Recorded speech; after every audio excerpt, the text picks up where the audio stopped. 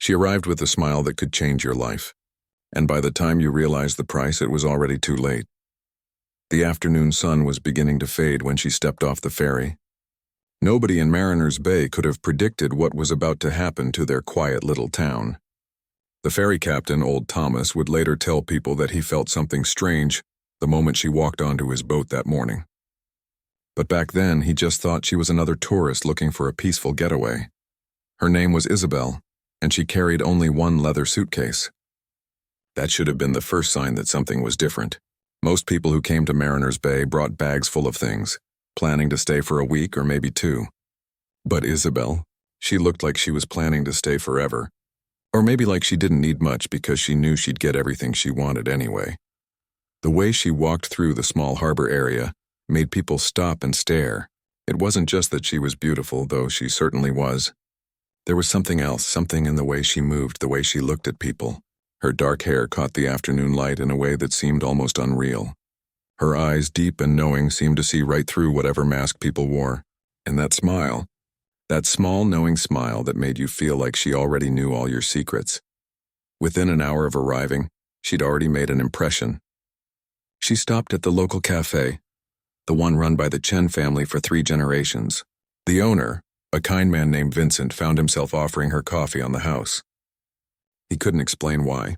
He'd never done that for a stranger before, but something about her made him want to make her happy, to see her smile at him with approval. By evening, Isabel had rented the old Victorian house up on Lighthouse Hill. That house had been empty for years. 3 different families had tried to live there, but none stayed long. They all said it felt too isolated, too exposed to the wind and weather, but Isabel loved it immediately. From the wraparound porch, you could see the entire town below. Every street, every building, every person going about their business. It was perfect for what she needed. The first week passed in a blur of introductions and chance meetings. Isabel had a talent for being exactly where she needed to be. She'd show up at the morning market just when the mayor's wife was shopping. She'd appear at the church service just when the most influential families were there. She'd walk along the beach just when the local business owners were having their evening jog. And everyone she met felt special. That was her gift, if you could call it that. She made you feel like you were the most interesting person she'd ever encountered. She'd ask questions that showed she really listened. She'd remember small details you'd mentioned in passing. She'd laugh at your jokes in a way that made you feel witty and charming. The mayor's wife, Patricia, invited her to the exclusive book club within days. This was unheard of. The book club had a waiting list of women who'd lived in town for decades, but Patricia insisted. She told the other members that Isabel was refined, educated, and would add so much to their discussions. The truth was, Patricia couldn't quite explain why she felt so strongly about it. She just knew she wanted Isabel there. Father Michael, the priest at the local church, found himself equally affected. He was a man of strong faith and discipline, someone who'd counseled hundreds of people through their struggles. But after Isabel attended his Sunday service, sitting in the back pew with that small smile, he found his sermon wandering. He stumbled over words he'd known for decades. After the service, when she complimented his words, he felt a flush of pleasure that seemed entirely inappropriate for a man of his position. But here's what nobody realized yet. Isabel wasn't just being friendly. She wasn't just a charming woman making connections in a new town. She was studying them. Every conversation was a test, every interaction an experiment. She was learning who had power, who wanted power, who was lonely, who was ambitious, who was vulnerable. In the evenings, she would stand on her porch with a glass of wine, watching the town below as the lights came on one by one. She had a notebook, leather-bound and expensive, where she wrote observations. The cafe owner wants respect but feels overlooked by the wealthy families. The mayor's wife craves excitement and feels trapped in her predictable life. The priest struggles with doubt but can't admit it to anyone. The young lawyer at the firm downtown is ambitious but lacks confidence. Every weakness, every desire, every hidden dream. She cataloged them all. And she was patient. She didn't rush. She knew that the best manipulations were the ones that felt natural, that felt like your own idea. She'd learned this over years of practice in other towns, with other people who'd been just as helpless against her. By the end of her first month in Mariners Bay, Isabel had been invited to dinner by 12 different families. She'd been offered business partnerships by 3 local entrepreneurs. She'd been asked for advice on everything from marriage troubles to career decisions. And all of this felt natural to the people involved. They thought they were just being neighborly, just helping a newcomer feel welcome. But Isabel knew better. She'd planted seeds in fertile ground, and now she just had to wait for them to grow. She had something specific in mind for Mariners Bay, though nobody knew it yet. There was money here, old money, controlled by the town in ways that could be redirected. There were properties that could be acquired. There were people who could be useful. And the beautiful thing, from her perspective, was that nobody would see it coming. They were all too busy feeling special, feeling chosen, feeling like they'd made a wonderful new friend. By the time they realized what was happening, it would be far too late. The web was already being spun, strand by invisible strand, and Mariners Bay was walking right into it with open arms and welcoming smiles. 2 months had passed since Isabel arrived, and Mariners Bay was changing in ways that nobody quite understood. If you'd asked any resident what was different, they couldn't put their finger on it. The sun still rose over the harbor. The fishing boats still went out each morning.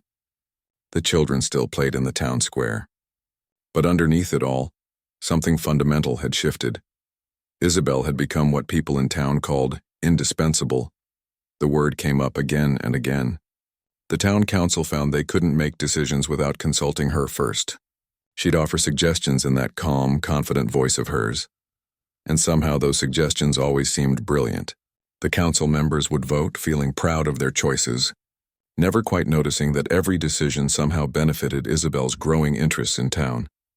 Her biggest victory came in the form of Robert Whitmore, the wealthy developer who'd built half the commercial buildings in Mariners Bay. At 55 years old, Robert was a man who'd seen everything, or so he thought. He'd made millions through careful planning and hard negotiation. His wife, Linda, was a respected figure in town, known for her charity work and elegant dinner parties. They seemed untouchable, the kind of couple that anchored a community. Isabel met Robert at a Chamber of Commerce meeting. She'd been invited to speak about fresh perspectives for small-town growth. Her presentation was impressive, full of ideas that sounded innovative but weren't too radical. Afterward, Robert approached her, curious about a few points she'd made. They went for coffee to discuss a potential business partnership. That coffee meeting changed everything for Robert, though it would take time for the change to become visible. Isabel had done her research. She knew that despite his success, Robert felt unappreciated. His wife loved him, but she loved her social calendar more. His children had grown up and moved away. His business partners treated him like a walking checkbook. He was lonely in the way that successful people often are, surrounded by people but truly known by none. Isabel made him feel understood. She listened to his ideas with genuine interest. She challenged his thinking in ways that excited him rather than threatened him. She treated him like a visionary rather than just another rich businessman in a small town. And slowly, almost imperceptibly, Robert began making decisions that puzzled everyone who knew him. He sold a prime piece of waterfront property to Isabel for less than half its market value. When his business partner questioned the decision, Robert became defensive. He insisted it was a strategic move, part of a larger plan. But there was no larger plan. There was just Isabel, and the strange pull she had on him. His wife Linda noticed the change first. Robert came home later from meetings. He was distracted during dinner. He mentioned Isabel's name with a frequency that felt wrong. Linda tried to talk to him about it, but Robert dismissed her concerns. He said Linda was being paranoid, that Isabel was just a business associate, that this was about opportunity, not about anything personal. But Linda knew her husband, and she knew when something was wrong. So she did what any concerned wife would do. She went to confront Isabel directly. She drove up to the Victorian house on the hill one afternoon, her heart pounding with a mixture of fear and anger. The conversation that followed was something Linda would never fully be able to explain. She went in ready to fight, ready to tell this woman to stay away from her husband. But Isabel was so calm, so understanding, so reasonable. She listened to Linda's concerns with sympathy. She agreed that boundaries were important. She even offered to reduce her business dealings with Robert if it would make Linda more comfortable. And then somehow, the conversation shifted. Isabel started talking about how hard it must be for Linda, how she'd sacrificed so much for her family, how she deserved recognition for all she'd done. She spoke about Linda's charity work with such insight and admiration. She mentioned how Linda must feel sometimes, seeing her husband so focused on business while her own contributions went unnoticed. By the time Linda left that house an hour later, she couldn't quite remember why she'd been so upset. She felt oddly comforted, understood in a way she hadn't felt in years. And when Robert came home that evening, talking about another business opportunity with Isabel, Linda found herself nodding along. She even encouraged him. The fight she'd planned to have simply evaporated. But Isabel wasn't focused only on the wealthy and powerful. She understood that real control came from having people at every level of society, so she'd also cultivated relationships with younger residents, people who could be useful in different ways. A college student named Lily, home for the summer, had become something like Isabel's assistant. Lily was bright, curious, and eager to prove herself as more than just another small-town kid. Isabel had recognized these qualities immediately and exploited them perfectly. She'd hired Lily to help with research projects. It started innocently enough, organizing files, making phone calls, running errands. But gradually the tasks became stranger. Isabel would send Lily to the town historical society to photograph old property records. She'd ask her to attend town meetings and report back on who said what. She even convinced Lily to access her father's real estate files at home, just to check a few details about land boundaries. Lily's mother noticed the change in her daughter. The bright, independent girl who'd gone off to college seemed to have lost her own direction. All she talked about was Miss Isabel this and Miss Isabel that. When her mother tried to discuss Lily's plans for returning to school, Lily became vague. She said she was thinking about taking a semester off, maybe working for Isabel full-time. This pattern repeated itself across town, with different people in different ways. The young lawyer at the downtown firm found himself drafting contracts for Isabel at odd hours, agreements he barely read before signing and notarizing. The woman who ran the local newspaper started giving Isabel's business ventures favorable coverage, without quite knowing why. Even the bank manager found himself approving loans for Isabel's projects with surprising ease. 6 months into Isabel's presence in Mariners Bay, the town began showing signs that something was seriously wrong. But recognizing a problem and understanding it are two very different things. People felt uneasy without knowing why. Conversations that used to flow easily now felt strained. Longtime friendships had developed tension that nobody could quite explain. The most visible damage was happening to marriages. The Harrison couple, married for 23 years, suddenly separated. When asked why, neither could give a clear answer. Mr. Harrison had somehow gotten involved in one of Isabel's property ventures, spending hours at planning meetings.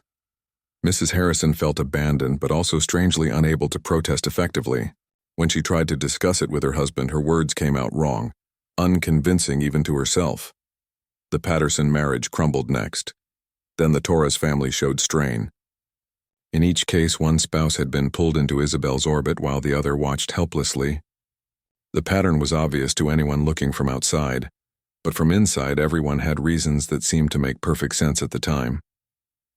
Business partnerships dissolved with similar mysterious logic. Two men who'd run a successful fishing company together for 15 years suddenly couldn't agree on anything. The dispute started over whether to lease their dock space to one of Isabel's ventures. One partner thought it was an excellent opportunity. The other felt instinctively that something was wrong but couldn't articulate why. Their disagreement grew until they split the company, dividing assets and going their separate ways.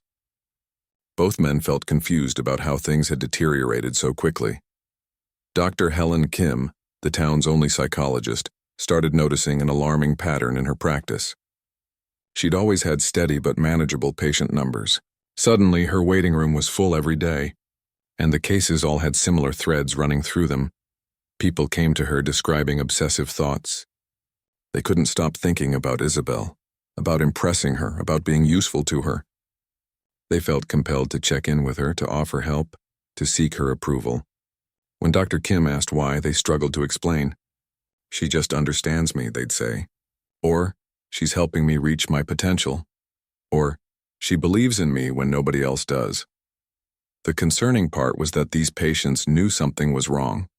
They could feel the compulsion, recognize it as unhealthy, but knowing this didn't help them resist.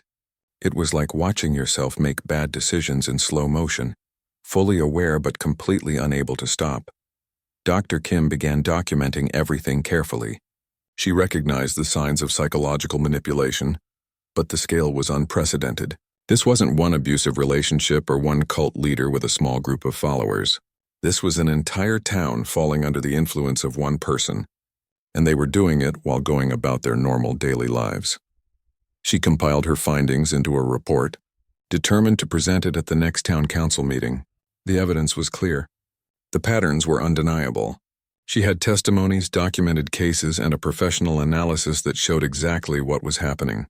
She felt confident that once people saw the data, they'd snap out of whatever spell they were under. The night before the council meeting, Dr. Kim worked late in her office making final edits to her presentation. She left around 10 o'clock, locking everything carefully. When she returned the next morning, her office had been broken into. Nothing valuable was taken. Not her computer, not the cash in her drawer, not any of the prescription pads that would have had street value. Only her research on Isabel was gone. Every file, every note, every copy of her report had vanished. She reported the break-in to the police, but Chief Anderson seemed oddly uninterested. He took her statement with the bored efficiency of someone going through motions. When she insisted that this was connected to her research about Isabel, he actually laughed. "Dr. Kim, I think you might be working too hard. Miss Isabel has been nothing but good for this town. Maybe you should take a vacation." The council meeting was a disaster. Without her documentation, Dr. Kim tried to present her concerns from memory. But standing in front of the council, looking at their glazed expressions and polite smiles, she felt her conviction crumbling. Her argument sounded paranoid even to her own ears. The council members thanked her for her concern, noted it for the record, and moved on to other business. As she left the meeting, defeated and confused, someone did believe her. Young Daniel Chen, the cafe owner's son, had been sitting in the back of the room. At 17, Daniel had the clarity that sometimes comes with youth, the ability to see through pretense that adults have learned to accept. Daniel had been watching Isabel since she arrived. Where others saw charm, he saw calculation. Where others felt drawn to her, he felt instinctively repelled. Not because she was openly threatening, but because everything about her seemed performed, rehearsed, artificial. He noticed how she never seemed surprised by anything, how she always seemed to be playing a part. He'd started keeping his own notes, skipping school sometimes to follow Isabel around town. He photographed her meetings. He recorded who she talked to and when. He noticed patterns that adults missed because adults wanted to believe in her. They wanted to think that someone sophisticated and worldly had chosen their small town, had seen value in them. Daniel had no such need. He just wanted to understand what was really going on. After the disastrous council meeting, Daniel approached Dr. Kim in the parking lot. He was nervous, his voice shaking slightly but determined. "I believe you," he said, "and I've been documenting everything too. We need to talk." That conversation in a dimly lit parking lot became the beginning of something important. Dr. Kim, with her psychological expertise, and Daniel, with his detailed observations, began comparing notes. They realized that Isabel had no supernatural powers, no mystical abilities. She was just extraordinarily skilled at reading people and pushing their buttons. She researched everyone thoroughly before she approached them.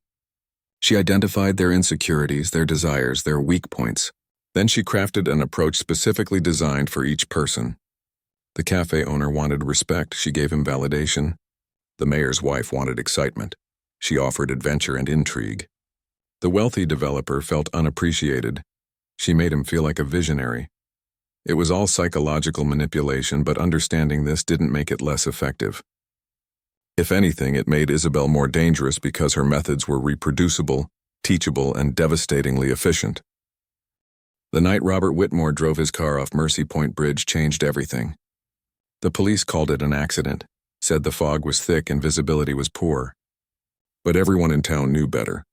They knew Robert had been acting strange for months. They knew he'd been involved with Isabel's business ventures. They knew he'd been making decisions that didn't make sense, spending money he didn't have, taking risks that were completely out of character. His wife Linda knew the truth immediately. The moment the police officer knocked on her door at 3 in the morning, she understood that Robert's involvement with Isabel had finally destroyed him completely. The woman she'd confronted months ago, the woman who'd somehow made Linda forget her own concerns, had pushed Robert to a breaking point. At the funeral, Linda stood dry-eyed and silent while the town offered their condolences. Everyone said the right things. They talked about tragic accidents and how unpredictable life could be, but Linda wasn't listening to them. She was watching Isabel, who stood at the back of the church dressed in elegant black, her face perfectly composed in an expression of appropriate sadness. Something broke inside Linda at that moment. Maybe it was grief, maybe it was rage, maybe it was just the clarity that sometimes comes from hitting absolute bottom. But whatever fog Isabel had wrapped around her mind suddenly cleared. Linda saw everything with horrible precision. How she'd been manipulated, how her husband had been destroyed, how an entire town had been played like instruments in an orchestra. After the service, Linda went straight to Dr. Kim's office without calling ahead. She walked in during the middle of someone's session and said simply, "We need to talk. I'm ready to help now." Dr. Kim looked at Linda's face, the raw grief mixed with fierce determination, and knew something had shifted. She apologized to her current patient, rescheduled, and closed the door. For the next 3 hours, Linda and Dr. Kim talked. Linda described everything, her confrontation with Isabel, the strange feeling of having her concerns dissolved, the way she'd watched her husband change but felt powerless to stop it. Daniel joined them later that afternoon, bringing his notebooks full of observations and photographs. The three of them spread everything out on Dr. Kim's office floor. Patient files, Daniel's surveillance notes, Linda's personal testimony. They were looking at something bigger than any of them had initially realized. Isabel hadn't just manipulated a few people. She'd systematically worked her way through the entire social structure of Mariners Bay, identifying key individuals and turning them into unwitting accomplices. But understanding the problem and solving it were different challenges entirely. They couldn't just go around telling people they'd been manipulated. The people still under Isabel's influence wouldn't believe it. They'd become defensive, protective of the woman who'd made them feel special. They'd see Linda, Dr. Kim, and Daniel as jealous, confused, or mentally unwell. No, they needed a different approach. They needed to help people wake up on their own, to recognize the patterns themselves. Dr. Kim, drawing on her psychological training, developed a gentle deprogramming method. Instead of confronting people with accusations, they'd ask questions. They'd point out inconsistencies. They'd help people reconnect with their own values and notice when their actions didn't align with those values. They started with Lily, the college student who'd been working as Isabel's assistant. Lily's parents were desperate. Their bright, ambitious daughter had been talking about dropping out of school to work for Isabel full-time. They'd tried arguing with her, but that only made Lily more defensive. Linda, Dr. Kim, and Daniel spent weeks working with Lily. They didn't criticize Isabel directly. Instead, they asked Lily about her dreams. What did she want to be? Where did she see herself in 5 years? What had excited her about college? What had she loved about marine biology before she met Isabel? Slowly, painfully, Lily began to see the disconnect. She'd wanted to study the ocean, to contribute to environmental conservation. She'd been passionate about research and discovery. But now she was spending her time digging through property records and scheduling meetings for someone else's business ventures. When had that shift happened? Why had she abandoned her own goals? The breakthrough came one evening when Lily was looking through old photos on her phone.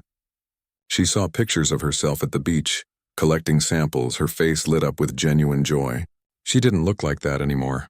She looked tired, anxious, always checking her phone for messages from Isabel. She started crying, really crying, as months of cognitive dissonance finally crashed down on her. "What did she do to me?" Lily asked, her voice breaking. "How did I let this happen?" Dr. Kim took her hand gently. "She's very skilled at finding what people need and offering them a version of it. She made you feel important, useful, valued, but she was using you, and deep down you knew it. That's why you feel so exhausted. You've been fighting against your own instincts for months." Lily's awakening was the first real victory, but it was also the hardest. She was devastated by how thoroughly she'd been manipulated. She felt stupid, ashamed, angry at herself. Dr. Kim had to help her understand that manipulation works precisely because it targets our best qualities, our desire to be helpful, our need for connection, our wish to be valued. Being manipulated didn't make Lily weak or foolish. It made her human. But Lily's recovery gave them hope and a template. They started working with others, one person at a time. The young lawyer who'd been drafting Isabel's contracts. The newspaper editor who'd been writing favorable coverage. The bank manager who'd approved questionable loans.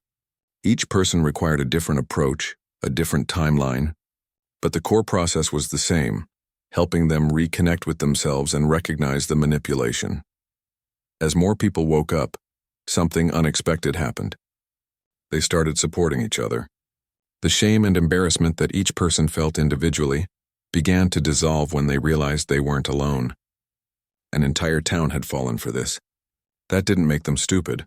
It made Isabel extraordinarily dangerous and skilled. They formed a quiet network, meeting in small groups at people's homes. They shared stories, compared experiences, and documented everything. They realized Isabel had been using different tactics on different people. But the core strategy was always the same. Research, identify vulnerabilities, offer exactly what the person needed, then slowly increase demands while making the person feel like it was all their own idea. But here was the problem they all faced. Isabel was noticing. As more people became immune to her influence, as more people started avoiding her or making excuses, she began to sense that something had shifted in the town. And like any skilled predator sensing danger, she began changing her approach. Isabel had been planning her endgame since the day she arrived in Mariners Bay. Everything she'd done, every person she'd cultivated, every manipulation she'd executed, it all led to one target, the Mariners Bay Community Trust.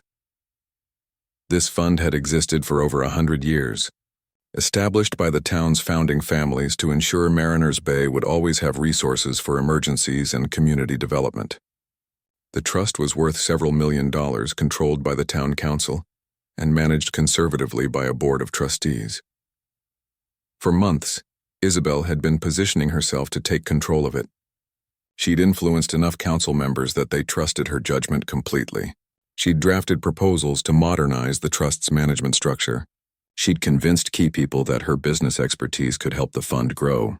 And now, with the town beginning to slip from her grasp, she needed to accelerate her timeline. She called an emergency town council meeting, claiming there was a time-sensitive investment opportunity that could double the trust's value within a year. The meeting was scheduled for a Thursday evening, giving people little time to prepare or question the urgency. Linda, Dr. Kim, and Daniel knew this was the moment they'd been preparing for. If Isabel gained control of that trust, she'd drain it and disappear. They'd traced her history now, found records of 2 other small towns where she'd done exactly this. In each case, she'd spent 6 to 12 months building influence, then made a big financial move that left the town devastated while she walked away with a fortune. But stopping her wouldn't be easy. Half the council was still under her influence. Many prominent townspeople would speak in her favor, and Isabel would give a compelling presentation. She always did. Her proposals always sounded reasonable, even visionary. That was her talent. The evening of the meeting, the town hall was packed with more people than it had seen in years. Word had spread that something important was happening. Those still loyal to Isabel came to support her.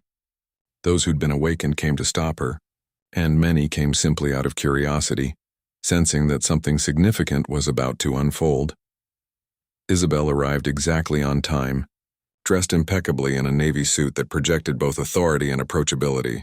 She had a leather folder full of documents, charts, and projections. She smiled at people as she walked to the front of the room, that same knowing smile that had charmed the town 6 months ago. But tonight, to those who'd broken free of her influence, that smile looked different. They saw the calculation behind it, the coldness. She began her presentation smoothly, her voice confident and warm. She talked about opportunity, about Mariners Bay's potential, about how the community trust could be leveraged to create prosperity for everyone. Her slides showed impressive financial projections. She cited examples from other communities that had taken similar approaches. Everything she said sounded logical, reasonable, exciting. Those still under her influence nodded along, their faces showing trust and enthusiasm. They interrupted with supportive comments, building momentum for her proposal. The council chairman looked ready to call for a vote immediately after her presentation, but then Daniel stood up. At 17, he looked young and nervous in his button-down shirt that was slightly too big.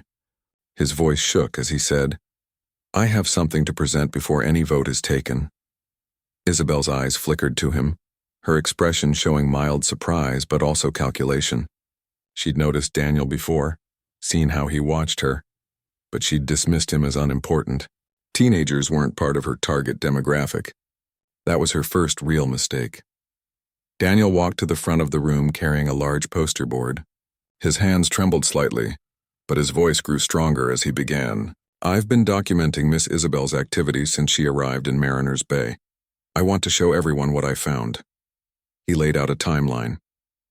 Every major decision the town had made since Isabel arrived. Every property deal, every contract, every loan. But he didn't just show what happened, he showed the pattern. How each decision had been preceded by Isabel meeting with specific council members. How those members had suddenly changed their positions after those meetings. How every decision, without exception, had benefited Isabel financially while often costing town residents.